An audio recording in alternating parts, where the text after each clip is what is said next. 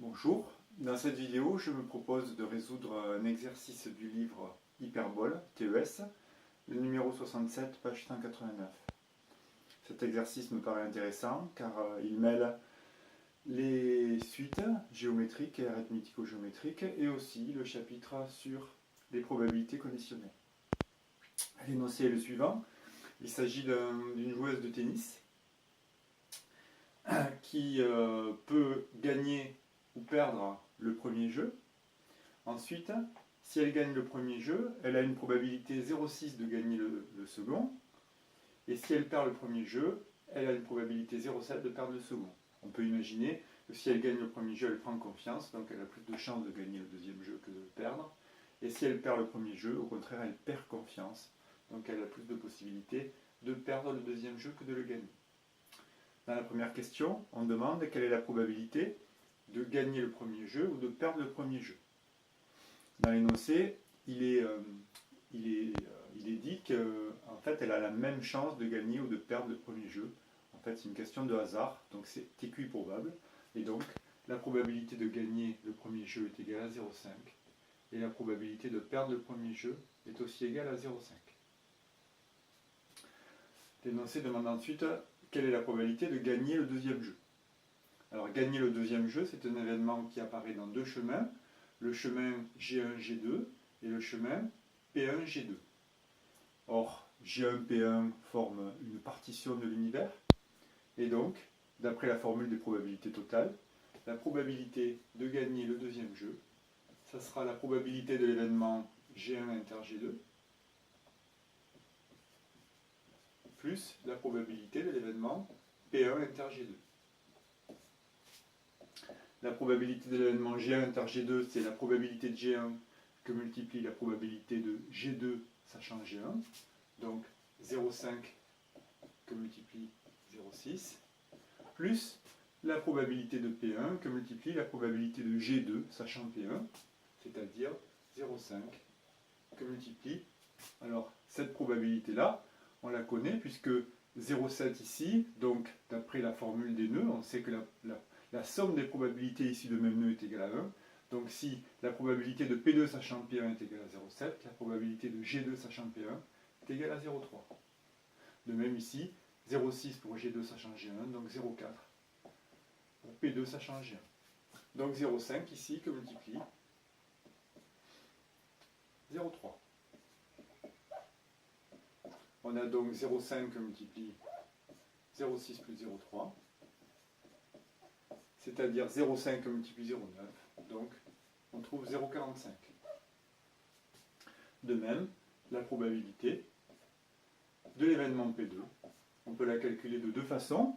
On peut la calculer soit de nouveau en appliquant la formule des probabilités totales, ça sera la probabilité de G1 que multiplie la probabilité de P2 sachant G1 plus la probabilité de P1 que multiplie la probabilité de P2 sachant P1, ou alors on peut dire que la probabilité de G2 de P2 c'est 1 moins la probabilité de G2, puisque les événements P2 et G2 sont des événements contraires, et donc on va trouver 0,55.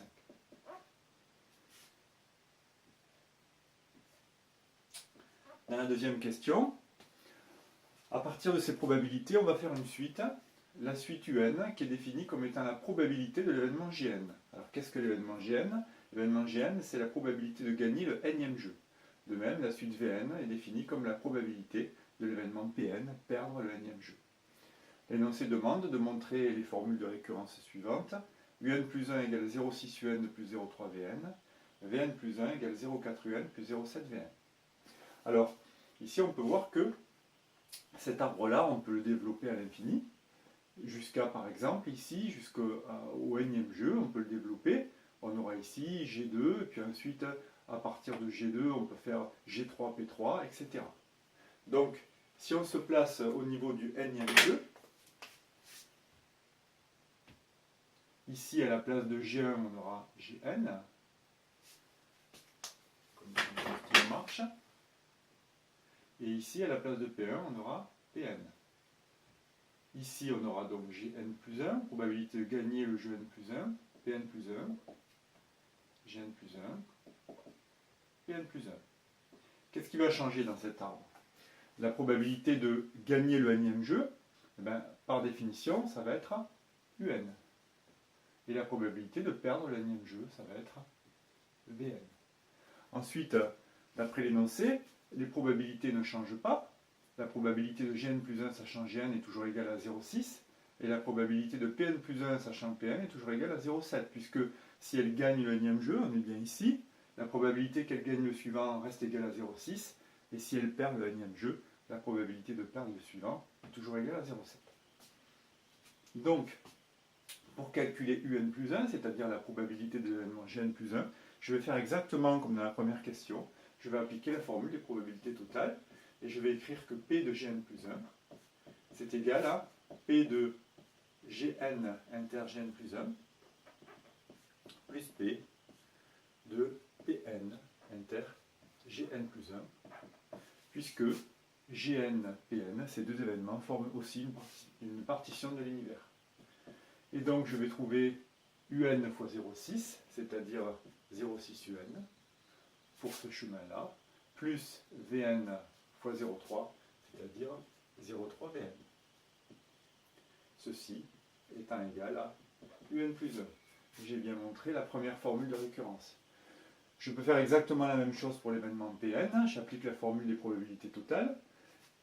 L'événement Pn plus 1 apparaît dans ce chemin et aussi dans ce chemin. Et donc la probabilité de l'événement Pn plus 1, ça va être la probabilité de Gn inter Pn plus 1 plus la probabilité de Pn inter Pn plus 1.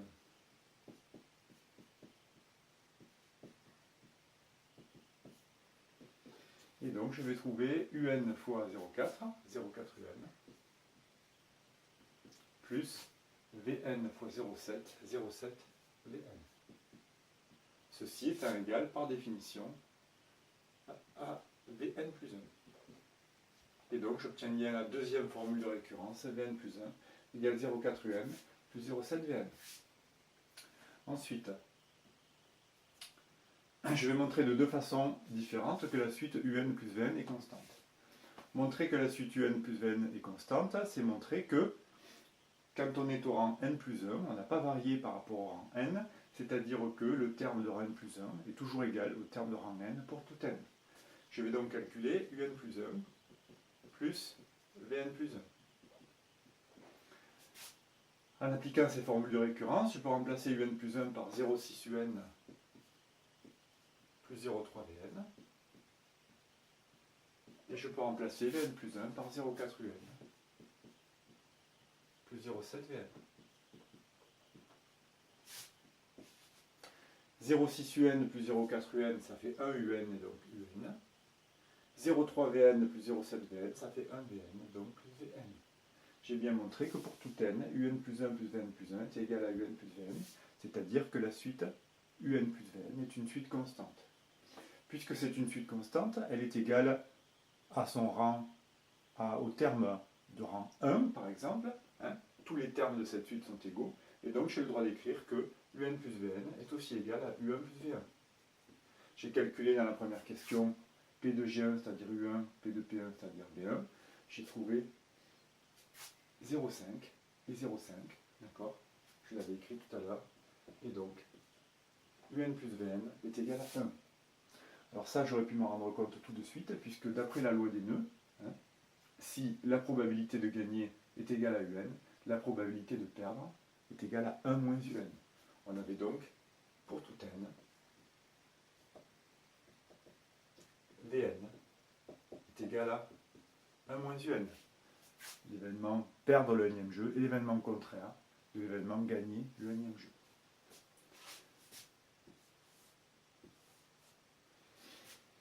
Ensuite, l'énoncé demande de montrer que la suite 4UN moins 3Vn est une suite géométrique. Je vais donc calculer le terme de rang n plus 1.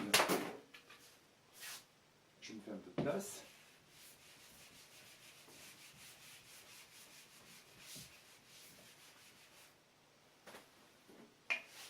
Donc, si je calcule au rang n plus 1, 4UN plus 1 moins 3Vn plus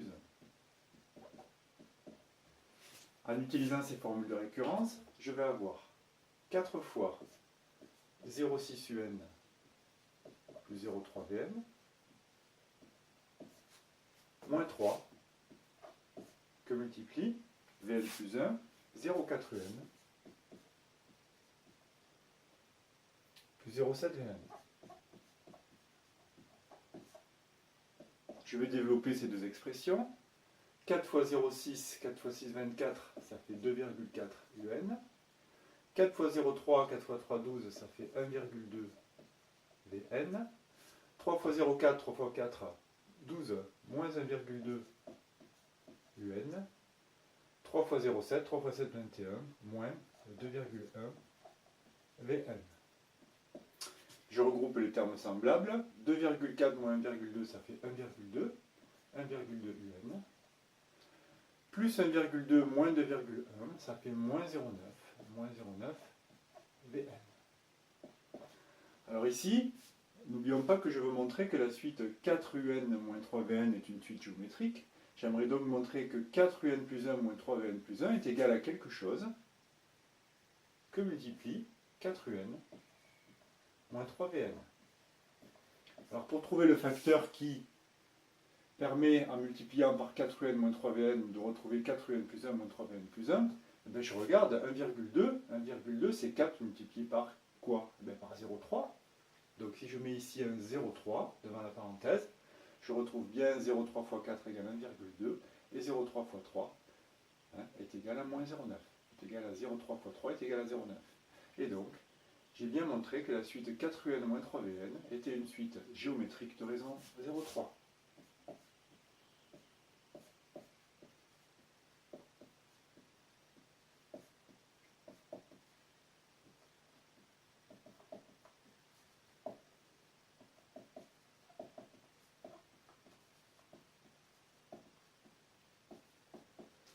Son premier terme, alors le premier terme c'est pour n égale 1 puisqu'on commence au premier jeu, donc le premier terme ça va être 4un moins 3v1. J'ai déjà calculé u1 et v1 qui sont égaux à 0,5, donc ça fait 4 fois 0,5 moins 3 fois 0,5, c'est-à-dire 2 moins 1,5 ou encore 0,5. Troisième question. Déterminer un en fonction de n. Alors dans un premier temps, je vais donner la formule qui permet de calculer le terme de rang n de la suite 4un moins 3vn. J'ai montré que 4un moins 3vn était une suite géométrique, et donc en appliquant la formule des suites géométriques, je sais que 4un moins 3vn, c'est égal à le terme de rang 1, c'est-à-dire 0,5, que multiplie la raison, 0,3, à la puissance n-1, en appliquant la formule W1 fois Q puissance n-1. Ensuite, ce que je veux, c'est la formule donnant un. N'oublions pas que, dans cette question, j'ai montré que la suite un plus vn était une suite constante. J'ai donc montré que vn était égal à 1 moins un. N'oublions pas que l'événement pn est l'événement contraire de l'événement gn. Et donc j'ai le droit de remplacer dans cette formule vn par 1 moins un. Ça donne 4un moins 3 que multiplie 1 moins un est égal à 0,5 que multiplie 0,3 puissance n-1. Je développe ici, ça va me faire 4un moins 3 plus 3un est égal à 0,5 fois 0,3 puissance n-1. 4un plus 3un, ça fait 7un. Je passe le moins 3 de l'autre côté, je le transpose, il devient plus 3. 7un est donc égal à 3 plus 0,5 fois 0,3 puissance n-1. Et si je veux un, je vais diviser par 7 et j'obtiens un égale 3 septièmes plus 0,5 fois 0,3 puissance n-1 divisé par 7. Voilà la formule explicite qui donne la suite un. Ensuite, peut-on avoir un inférieur à 3 septièmes? Il suffit que je remarque que le terme 0,5 fois 0,3 puissance n-1 divisé par 7 est toujours positif pour tout n. Donc pour tout n, 0,5 fois 0,3 puissance n-1 divisé par 7 est positif, donc UN est toujours supérieur à 3/7. Donc je ne peux jamais avoir UN inférieur à 3/7. La dernière question demandait qu'est-ce qui se passe quand on joue un très grand nombre de jeux, quelle est la probabilité de gagner. Alors il suffit pour ça que j'interprète l'énoncé en disant si je joue un très grand nombre de jeux, je vais chercher la limite de UN quand n tend vers l'infini. D'après un résultat de cours, je sais que 0,3 est un nombre qui est compris entre 0 et 1.